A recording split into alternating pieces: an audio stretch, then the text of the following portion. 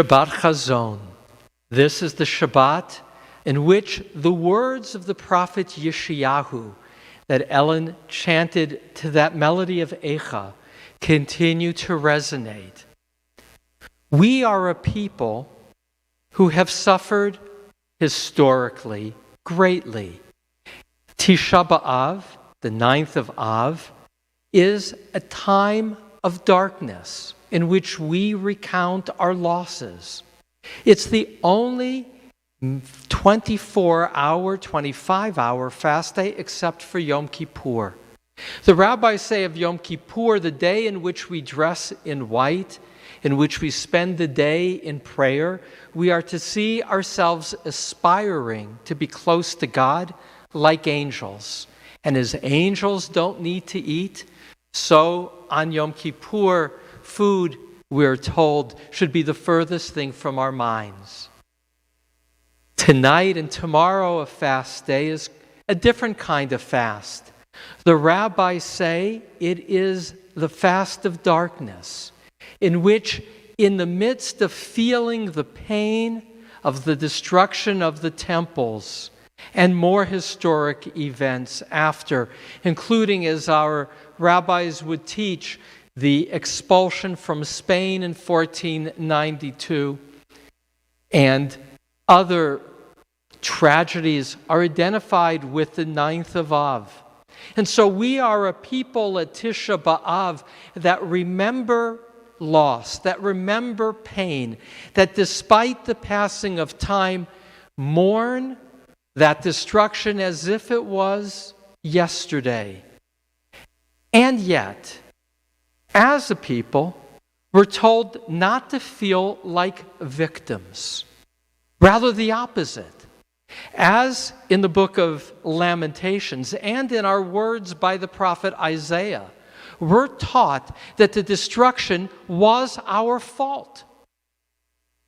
Now that's very empowering, because if it was our fault, that means, as the prophets so preach, by changing how we behave, we can reclaim what was lost.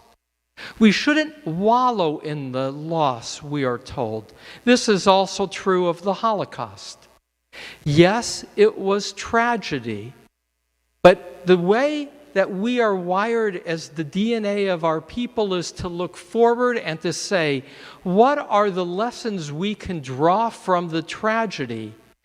And yes, in many ways we were victimized, but not to feel helpless. To be able to know that although the challenges are great, step by step, we can move forward. In reading the Bible, many know the line, Ohev re'echa kamocha, love your neighbor as yourself. There are those who think of religion as simply being an embrace of love. Let me hold you, because life is hard. This is true. And that is an essential part of our tradition. It's an essential part of the work of our prophets. Nachamu, nachamu ami. Comfort, comfort my people. And yet, the line in Leviticus 19:17, the line right before, love your neighbor as yourself, is Hocheach tochiach et amitecha. You shall surely chastise your neighbor. Listen to the words now in English that Ellen chanted. Isaiah, his opening words. All sinful nation, people laden with iniquity, brood of evildoers, depraved children, they have forsaken the Lord, spurned the Holy One of Israel, turned their backs on him. Verse 10, hear the word of the Lord, you chieftains of Sodom. Give ear to our God's instruction, you folk of Gomorrah. What need have I of all your sacrifices, says the Lord? I am sated with burnt offerings of rams, suets of fatlings and blood of bulls. I cannot abide. And then the shift, verse 17. Learn to do good. Devote yourselves to justice. Aid the wrong. Uphold the rights of the orphan.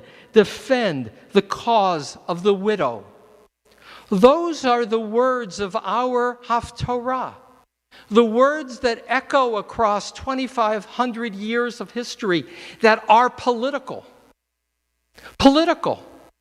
Because when we talk about defend the rights of the orphan, the cause of the widow, devote yourselves to justice, that calls on us to translate those words, not as words that float in the air, but as words that apply to how we live our lives. Who are these orphans? Who are the widow that the Bible is constantly returning to? In my study of Psalms, there is this move of El Elyon, the God on high, who looks down at the lowest and has their concerns as God's concerns. That's what is remarkable about the Jewish faith. There is a very moving Devar Torah that I read in anticipation of this morning by the former chief rabbi of England, Jonathan Sacks. If you're not already getting the emails of Jonathan Sacks, they're free. His teachings, he passed away this last year, but you can still receive his Devar Torahs. And in his teaching for this Shabbat Chazon, he writes about the difference between political power and that of a teacher. He says, in the book of Devarim, Moses becomes the teacher, Moshe Rabbeinu. You might have thought at the end of Numbers last Shabbat, when the journey is now complete and Joshua has been given authority, that Moses is done. But he says, Moses' work is not yet done.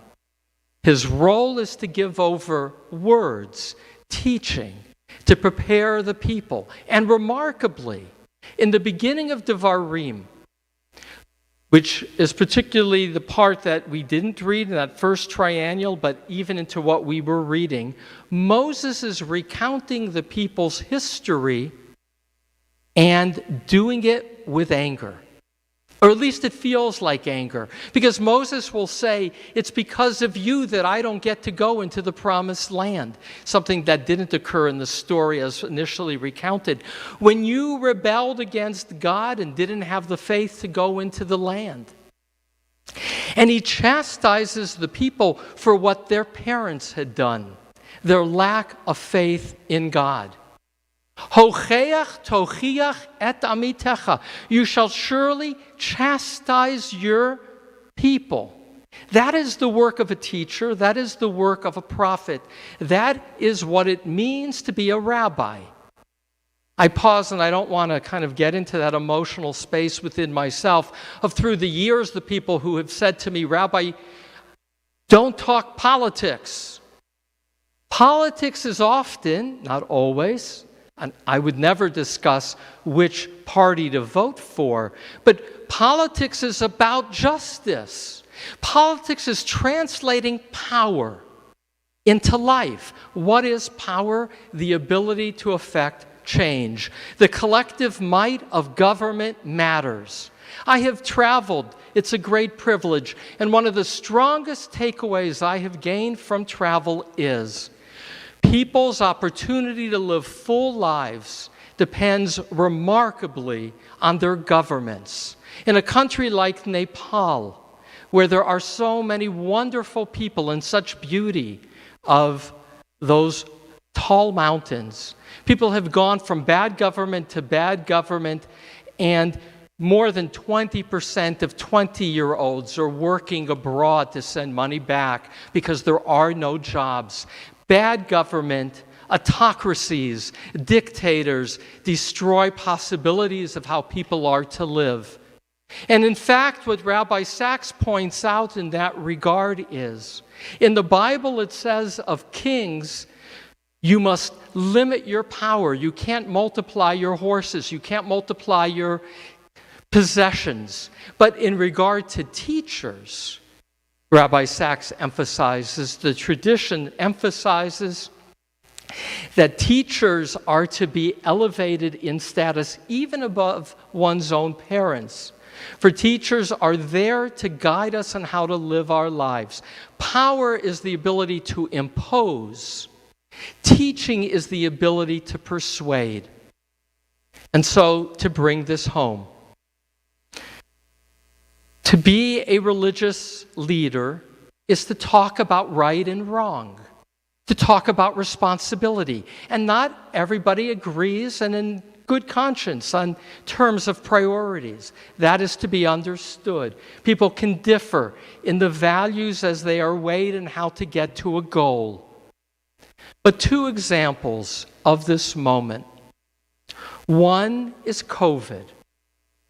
The reality is science is a boon to our lives.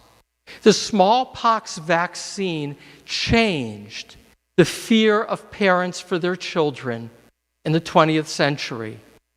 And now in the 21st century, this is the first pandemic in which vaccines have changed our lives.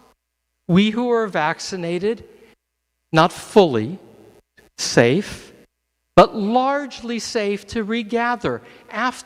Remember when we went into our first shutdown in March of a year ago, we thought it was going to be 3 weeks because we had never experienced anything like that. We thought in 3 weeks' time we're going to squelch this thing. Here we are 16 months later. And those among us who do not get vaccinated are missing an opportunity to protect themselves. Hocheach tochiach et amitecha. Surely you shall chastise your neighbor. But the rabbis emphasize the great, great challenge, which is love your neighbor as yourself. They say you should only chastise somebody else when you can do it the way you would want to be chastised yourself, namely through persuasion and through love. Easier said than done. Which is to say, for those who are afraid to be vaccinated, there is merit in their fear. Because there's an unknown when you get a shot that's potent. And I would not want to dismiss somebody's fears as unfounded. Vaccines have an unknown dimension.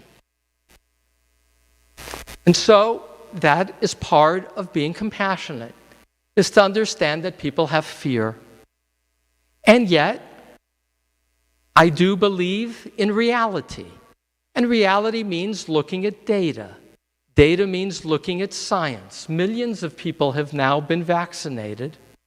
And what is clearly true is that the risks to an individual are far greater, and the probability is far greater of catching COVID than the dangers of the vaccination. And that's part A. Part B is your responsibility to others. If you don't get vaccinated, the chances of you being a transmitter of the vaccine to others and the possibility, though small, of being one who creates another mutation increase the danger to the community at large. Therefore, getting vaccinated is a responsibility to community, as well as a responsibility to protect oneself, a duty in our tradition. And so I am deeply saddened to see, I went yesterday to Trader Joe's to pick up a challah before Shabbat.